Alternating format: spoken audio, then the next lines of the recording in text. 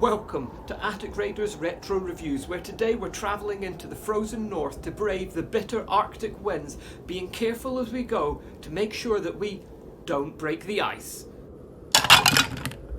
Today's version of Don't Break the Ice was released by Milton Bradley in 1987. The game originated almost 2 decades earlier, being first released by Schaper in 1968.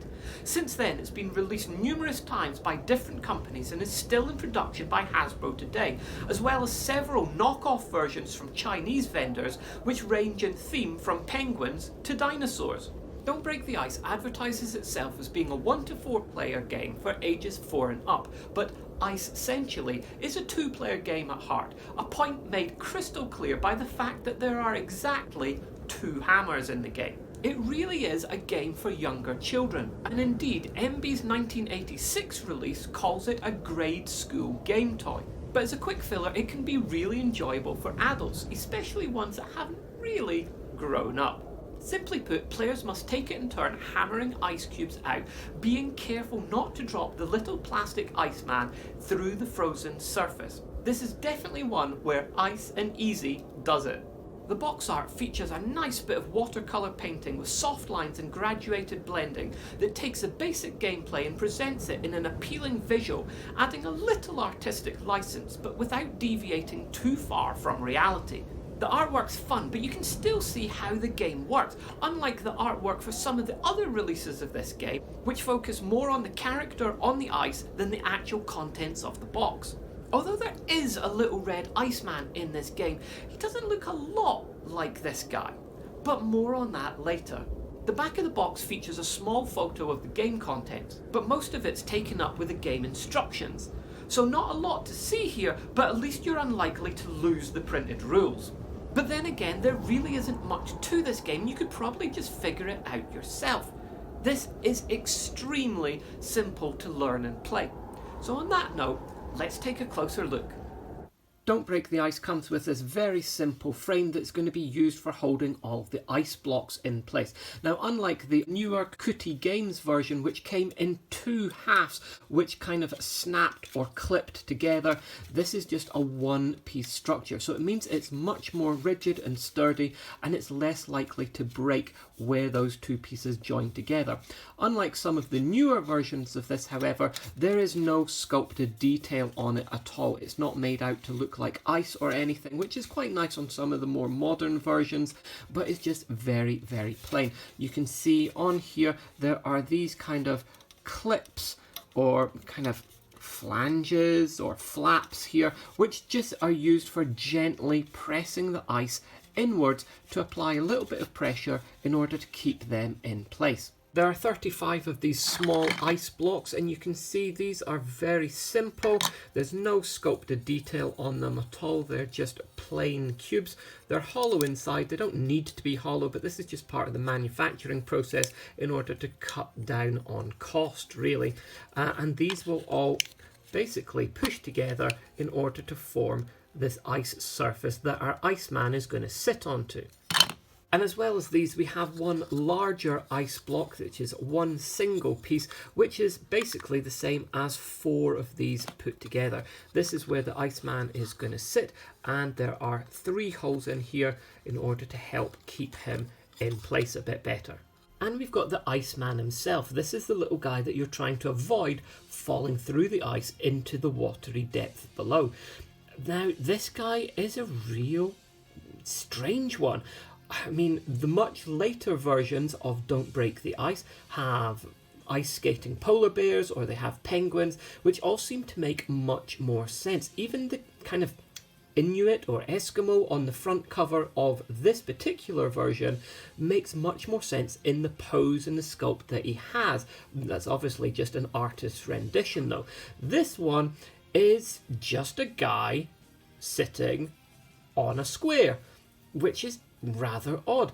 It's definitely based on the original 1968 Schaper version of their little man, but why? Why is there a little man? In fact, if we look at him, he appears to almost be wearing a suit with possibly a shirt and tie, and he's just sitting there with his hands on his lap on a bucket or maybe a block of ice in the middle of a big sea of frozen ice doing nothing.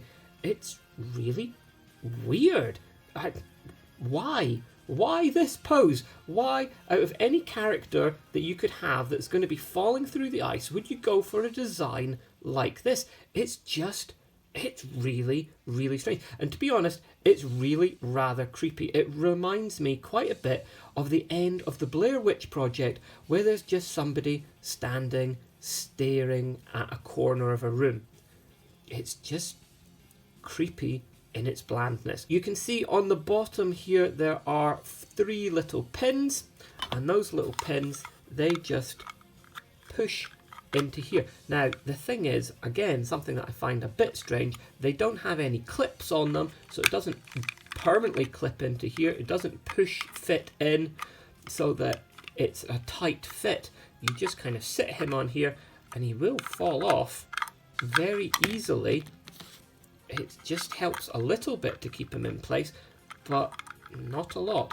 And finally, we have the hammers. In this 87 version and a lot of the other versions, it's just this kind of basic T shape. And these are nice and deep so that you can actually get basically the whole of that ice cube out of the ice cube floor into the depth without hitting any of the other ice cubes with these parts of the hammer shaft. In order to set up the game ready to play, we're going to take the frame and turn it upside down like this. And then we're going to take our small ice cubes, make sure that they're upside down so that the hollow side is facing upwards. And we're just going to place them into the frame. You can obviously put them all in there, but this one, the large one, the bog standard way of playing is to put it in the very center, but you don't have to. It can go at the sides, it can go slightly off center, it can go wherever you can put it. You're allowed to do that as per the rules, which adds a bit of variety to the game so that not every game is going to be exactly the same anyway, but you can add more variety to the game by moving about this position and seeing how that affects the dynamics of how it falls and how it's affected by the ice blocks being hammered out. But for this demonstration, I'm just going to put it directly in the middle and then fill in all the rest of the ice cubes around it. Now, as you come to fill in the last column or row on these, you are going to have to be careful so that you push the ice over slightly and push that down so that the blue clip or flap here is pushed back a little bit, and that helps apply the pressure that's going to keep these ice blocks in place when you flip it back up the other way. So all the other ones are nice and easy, but these ones are a little bit trickier. You've got to be a bit more careful, because what you really don't want to do is accidentally press too hard one way and snap these. But it's not happened yet, and I don't plan on it happening anytime soon.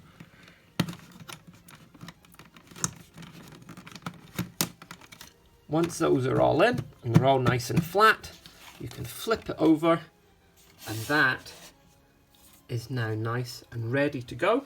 You can put our Iceman on his little chair, ready to try and avoid falling through the ice.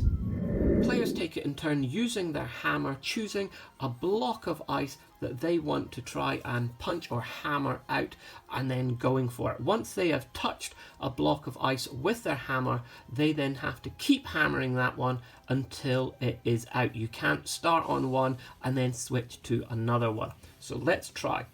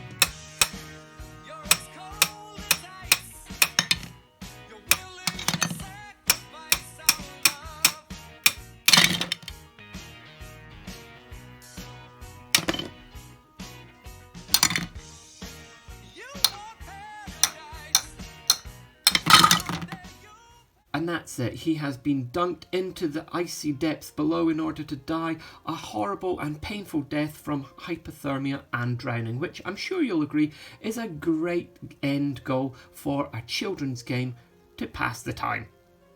This is not one that's going to tax your brain too much, and unless you've got young children to play this with, I don't see many adults getting this out at games night. It takes maybe 5 to 10 minutes to play, if that, depending on how tactical you're trying to be. And if you've got young children, you're going to have to probably set it up for them initially at the beginning, because getting those last couple of ice blocks in place can be a bit fiddly. That said, there are pros and cons to everything, and I might have quite simple tastes, but I really do like this game. It appeals to the structural engineer in me, seeing how close you can take things to breaking point before they tip over into complete chaos. Investigating the different patterns of block removal that can be achieved before you reach that critical point and total chaos ensues. It's just interesting. And I can quite happily play this game solo. It's like when you were a kid and you would quite happily spend hours just pounding little wooden pegs into a wooden bench with a mallet. No real reason for it other than the simple enjoyment of smacking things into holes with a hammer. It's that kind of childlike glee that you get from this game, watching the ground become more and more unstable and sections collapsing in under their own weight. So if you're a bit like me and a real child at heart, then I would recommend this game, but it's clearly not for everybody. If you want to get a modern version of this game, then you can pick them up pretty cheaply online. However, if you're a real fan of vintage like myself, then you're going to have to pay more for that nostalgia hit. Copies from the 70s and 80s usually go for around £15 to £35 online. Well, that's it. I hope there's nothing else that's slipped my mind. It's been real nice to catch up with you again. Until next time, hit that button, press subscribe, give us a like, and we'll see you next time on Attic Raiders Retro Reviews.